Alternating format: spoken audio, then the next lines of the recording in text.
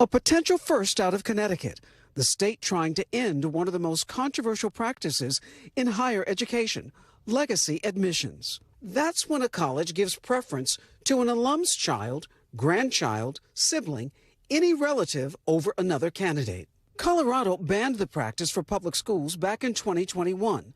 States like California, New York, Maryland, Virginia, and Massachusetts are thinking about their own bans. Congress is too.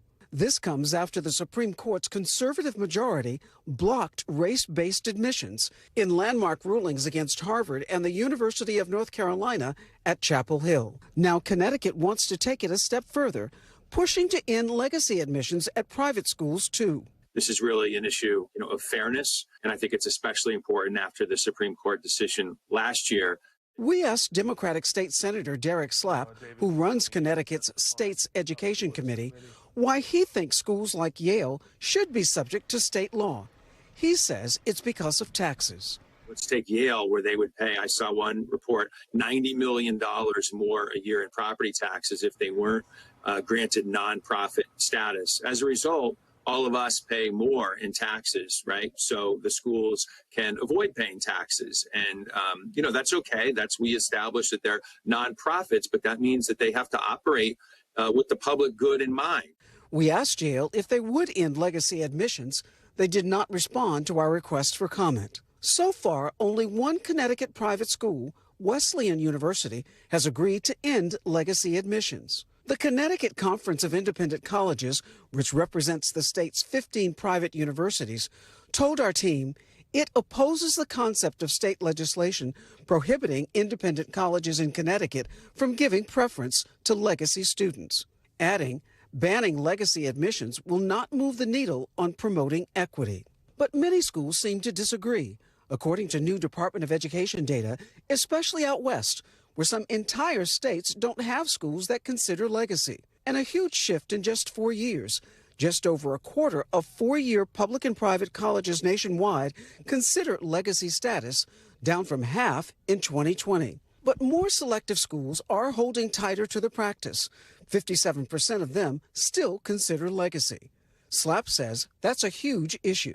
So they have an enormous impact on our society, these schools, and it's really a ticket to the elite. And we all have, I think, a stake in making sure that you don't have to be wealthy to go to one of these schools. And that's what the data shows right now.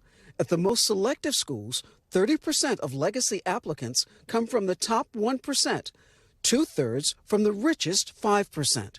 Experts like James Murphy at Education Reform Now say the backlash nationwide is now bipartisan. Republicans and Democrats both understand how basically unfair legacy preferences are. There's just one catch to this bill. If Yale or any other private school in Connecticut decides not to end legacy admissions, this bill won't penalize them. Murphy says the political pressure is enough. My expectation is that colleges in Connecticut are law-abiding institutions. They want to be on the right side of the law. And once the law is passed, they will drop legacy preferences. Rahima is joining us now. And Rahima, it sounds like the vibe that you're getting from the folks you're talking with is that this is not a Connecticut thing, that this really is headed toward a movement more broadly across the country. Well, Hallie, some people are saying fair is fair. If the Supreme Court says that there cannot be any admissions based on race, then how is it okay to base admissions on legacy, which in many cases benefits wealthy white students? So money is also something they think is going to be persuasive. In fact, in California this week, a couple of assemblymen are reintroducing a bill that would say to private universities that they, who are getting money from Cal State programming, that if they continue legacy funding, legacy admissions, they might lose some legacy funding, which is, I should say, not legacy funding, but it's public funding. Los Angeles Times newspaper did a spot that said it could be something like $26.6 million they could lose. That might be persuasive. Rahima Ellis, live for us with all of that. Just an interesting story and one that's going to continue to have dominoes falling, right, in the weeks and the months to come. Rahima, thank you.